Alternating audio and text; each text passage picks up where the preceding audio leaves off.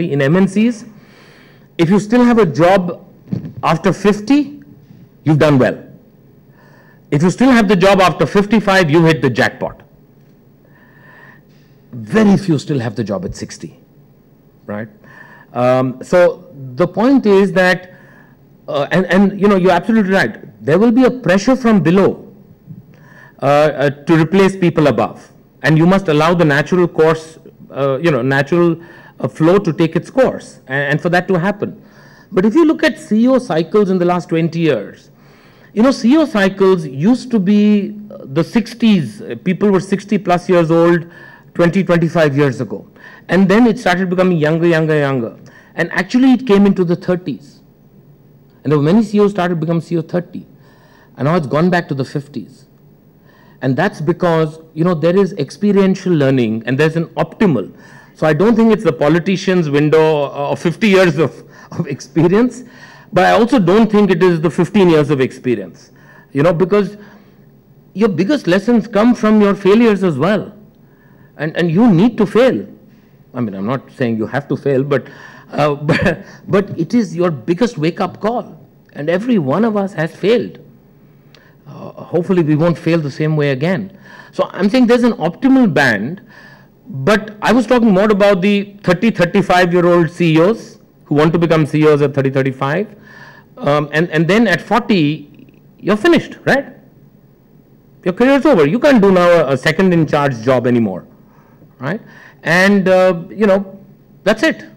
And I know people of very, very successful people actually from MNC companies. And there's one guy I know, two guys I know actually are both IITians, not from IIT Chennai, not from Madras.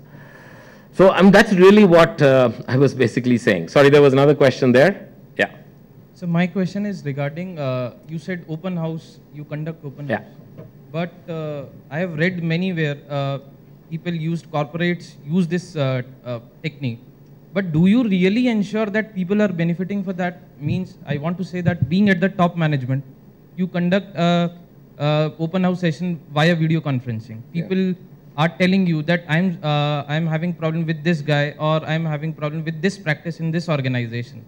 But do you really ensure that that guy is relieved from that, or that guy's means I think No, so open house is not the only method of communication, first of all. So it's not the all and end all of communication. And open house, to be honest, is 80% communicating to the company and 20% coming back. What I also do is I travel, you know, into the factories, into the sales offices, and we conduct meetings there. And that's much smaller groups of people, and you know, and you engage a lot more. We have the speaking up thing, and we get speaking up. So when you're talking about specific grievances, specific complaints, we get a hell of a lot of speaking up complaints. Somebody will say, hey, this fellow, you know, I suspect is making money from somewhere. Or this fellow is, you know, has retaliated when I went and complained within my unit, has retaliated and he's trying to stifle me. Those things come, and they go through the legal and the compliance system. Every one of those is addressed and closed. They have a serial number and a code number. They are tracked till they are addressed and closed. So, you know, there are multiple methods of communication. What I was trying to just say is that it is very easy to sit, so-called ivory tower, and think you can direct the world from there, right? You can't. Execution doesn't happen, right? And, you know, you really never know what's really happening on the ground unless you hear people, unless you go out there yourself. And you've got to use multiple methods of communicating. Both ways. And what I was trying to say is that there are multiple methods. One of the things that has helped even the junior-most people feel a sense of connect with the larger company is the town hall or the open house, where they know the company's results, they know what's the company's strategy, how each of the brands are doing, which are the new innovations going into the market, what are some of the big changes being driven. They feel connected and they feel informed.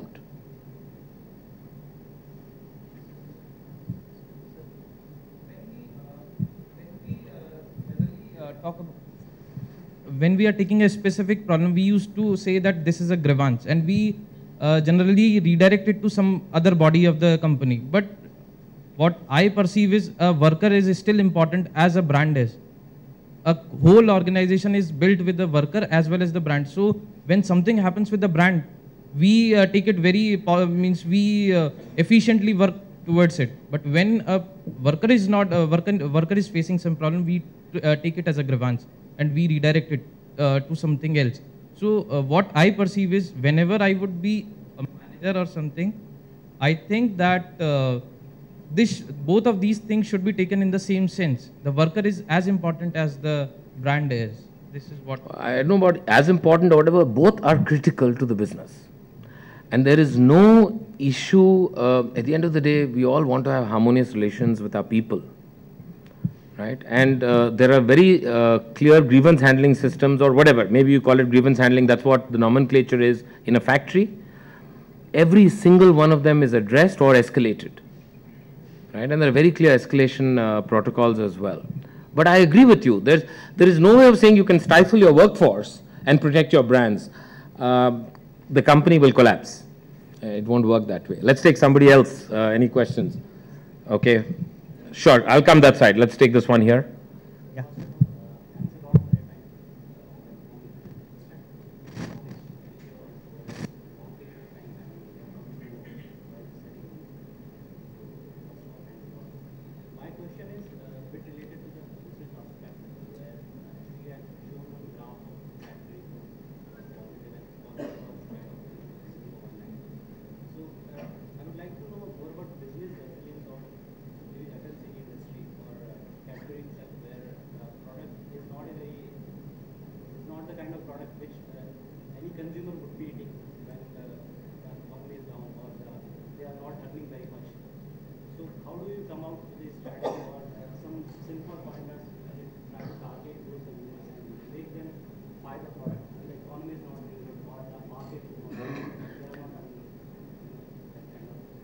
Sure.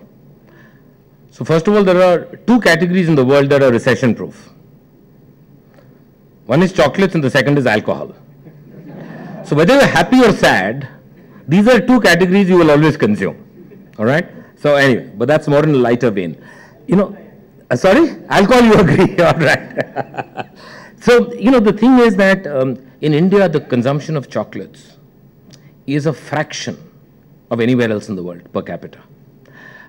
It is less than Pakistan. It is 1/10 of Sri Lanka. So what you're talking about is, you know, the economy is a very big thing. Now that might affect the big engineering industries or, you know, capital industries, road building, you know, things like that. But a lowly bar of chocolate for 5 or 10 rupees, right? Consumers don't compromise like that. I'll tell you where they compromise. If you're buying rice for 40 rupees a kilo, you'll start saying, let me buy rice at home for 30 rupees a kilo. But that smile I put on my child's face for 5 or 10 rupees, that I will not compromise. So actually, categories like chocolates don't get impacted, is our own sense. So it's not about, again, worrying about what's happening in the environment. It's about saying, what do I need to do to get more grams into more mouths of people? More grams of chocolate into more mouths of people. An entire strategy. So if you look at Kuch Meetha Ho Jaye, the line, what is it about? It's trying to substitute chocolate with other meetha that you consume and other meetha occasions for which Indian sweets was the tradition, right? You're trying to substitute that. And the entire strategy, therefore, is about category expansion on chocolates. It's not about market share. And really, recession or economy and all has a minor impact. Yeah, and to go back to what I said, if it does badly, it's because of what we have not done, not because of the economy. All right, we'll take quickly here. I don't know, what's our deadline? Okay, whatever you say. All right.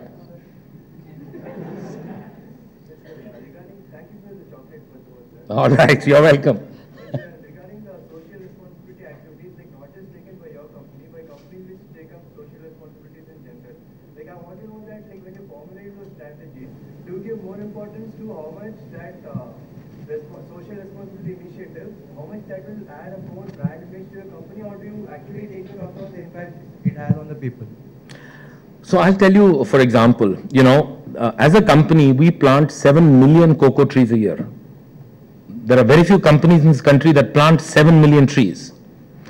Now, you know what 7 million trees does for the environment in terms of greenhouse gases and so on and so forth, right? Planting those trees, what it also does is it doubles the income per hectare for the farmer. Because through our research work with agricultural universities, we found a model where cocoa works as an interplant with coconut.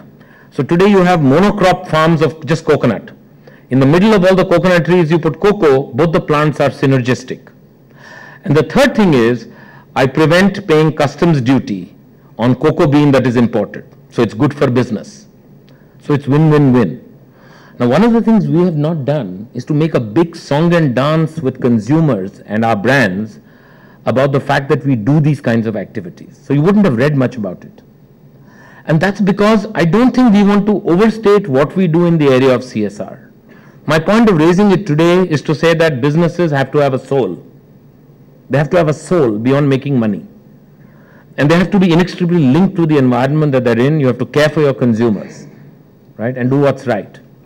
But it doesn't mean that you score brownie points necessarily and say, hey, you know, I'm doing this great stuff. It was never put there for that purpose today. And, you know, it's really the last thing that we try and really publicize. Because I don't think these things ought to be publicized. You must do it because you believe in it. Yeah? Sir, when you look back, I can see, I mean, having made all this difference, that you are, why you are so content with what you have done.